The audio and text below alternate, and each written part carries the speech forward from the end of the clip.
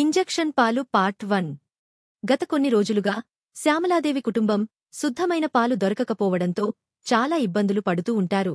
శ్యామలాదేవి తన కొడుకు అజయ్, కోడలు ప్రీతి, భర్త రమేష్తో పాటు హర్యానాలో నివసిస్తూ ఉంటుంది. అలా ఒక సమయాన ప్రీతి, ఏంటి ఇలాంటి టీ చేశావ్? టీ చేయడం మర్చిపోయావా ఏంటి? అస్సలు టెస్ట్ లేదు ఈ టీలో. నిజం చెప్పావురా విజయ్. ఉదయం నుండి ఒక్క మంచి టీ కూడా దొరకలేదు. మూడ్ కూడా పాడైపోయింది.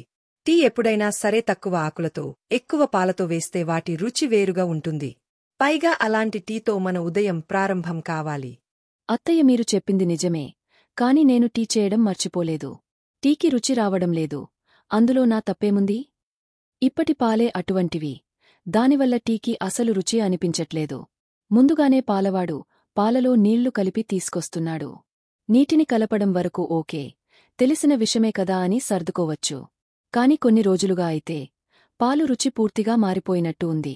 ఇది అన్నీ ఎప్పుడు ఆగుతాయో అర్థం కావడం లేదు. లాభం కోసం పాలవాడు, కిరాణవాడు ఏదో ఒకటి చేసి అమ్మేస్తున్నాడు. దానివల్ల మనం ఇబ్బంది పడుతున్నాం. నువ్వు చెప్తుంది నిజమే కోడలా. ఈ పాలవాళ్లను అస్సలు నమ్మకూడదు మనం. పాలలో ఏం కలుపుతున్నారో ఏంటో. పాలవాళ్ల నాటకాలు ఎంతగా పెరిగిపోయాయంటే ఇప్పుడు మనం కూడా వేగన్ అయిపోవాలేమో అనిపిస్తుంది. ఇలా కలపబడిన పాలు తాగడం కంటే పాలు తాగకపోవడమే మంచిదనిపిస్తుంది నాకు. పాలు పెరుగు వదిలేయడాన్ని మేము ఎప్పుడూ ఊహించలేం కోడలా. నెయ్యి, పాలు పెరుగు లేకపోతే మా భోజనం అసంపూర్ణమైనట్టే. అలాగైతే అత్తయ్య, ఈ కలపబడిన పాలను తాగడాన్ని అలవాటు చేసుకోండి.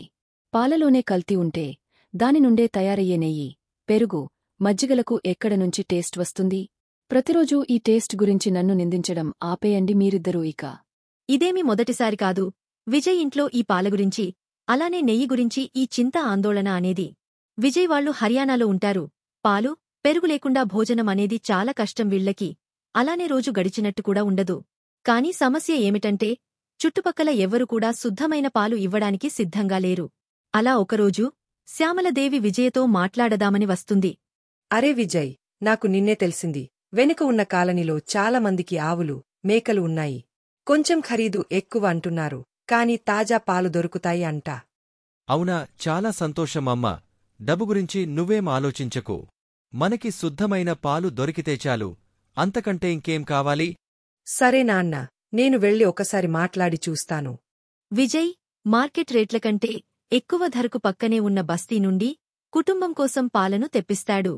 ఒకరోజు శ్యామలాదేవి పాలు తీసుకోవడానికి ఎప్పటికంటే కొంచెం ముందుగా వెళ్తుంది.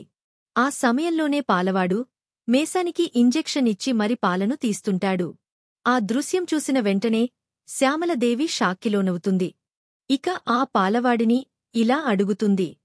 అయ్యో అన్నా, నువ్వేం చేస్తున్నావ్?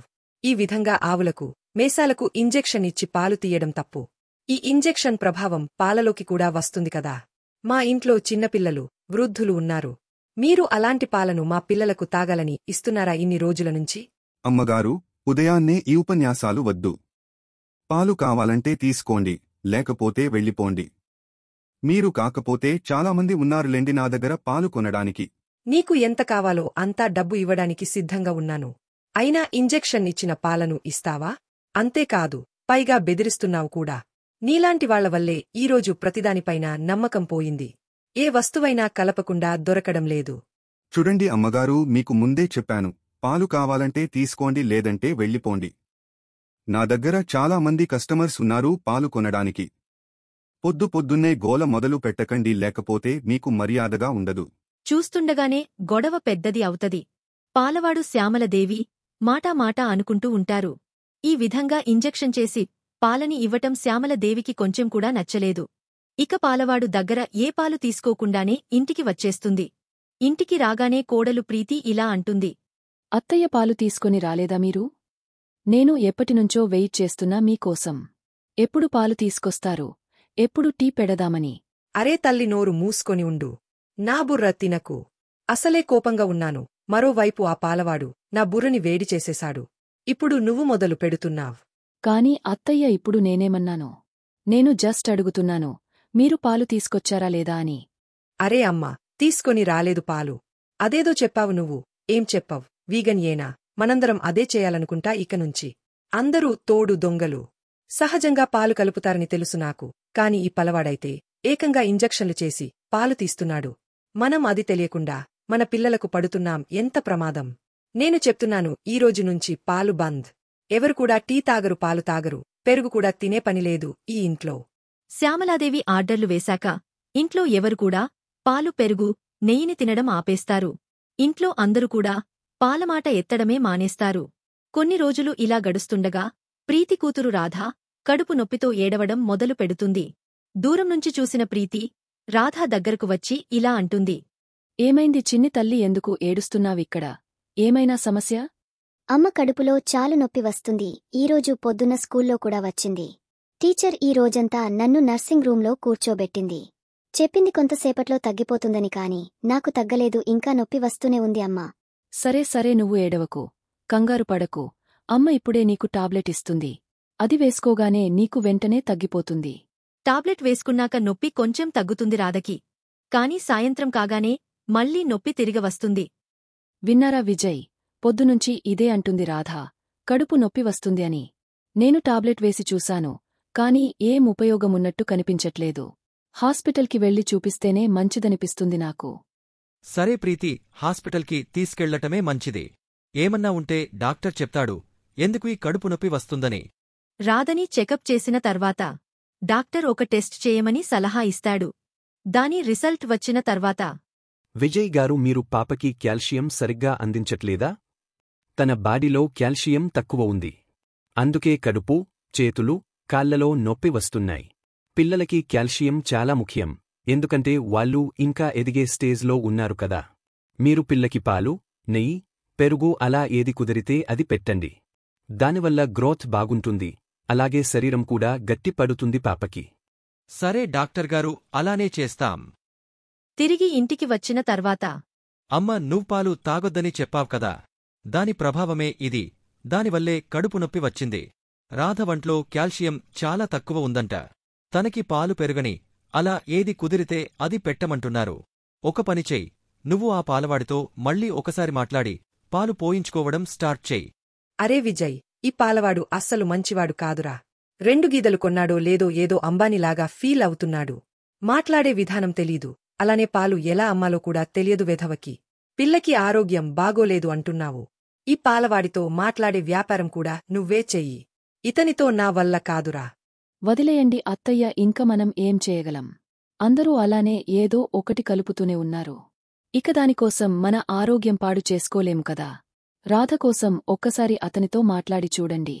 ఆయన ఆ పాలవాడు ఎప్పుడో మర్చిపోయి ఉంటాడు మీ ఇద్దరి మధ్య జరిగిన సంభాషణలు. అతనికి పాలు అమ్మితే చాలు కదా. ఒక్కసారి ప్రయత్నించి చూడండి అత్తయ్య. కోడలు, కొడుకు చెప్పడంతో శ్యామలాదేవి ఆ పాలవాడితో మాట్లాడుదామని వెళ్తుంది. పాలు పోయించుకోవడం గురించి మాట్లాడుతుంది పాలవాడితో. ఇంట్లో మళ్లీ పాలు రావటం స్టార్ట్ అవుతుంది. కాని శ్యామలాదేవి మనసు అస్సలు ఒప్పుకోవట్లేదు. రాధాకి ఆ పాలు తాగించడం కొంచెం కూడా ఇష్టంలేదు. తనకి తెలుసు ఇంజెక్షన్ పాలు తాగడం వల్ల శరీరానికి ఎంత ఇబ్బంది కలుగుతుంది రాబోయే కాలంలో అని. ఇలా ఆలోచిస్తూ ఉండంగా ఆ సమయంలోనే శ్యామలాదేవికి ఒక మంచి వార్త వినిపిస్తుంది. అత్తయ్య, మీకు ఒక శుభవార్త.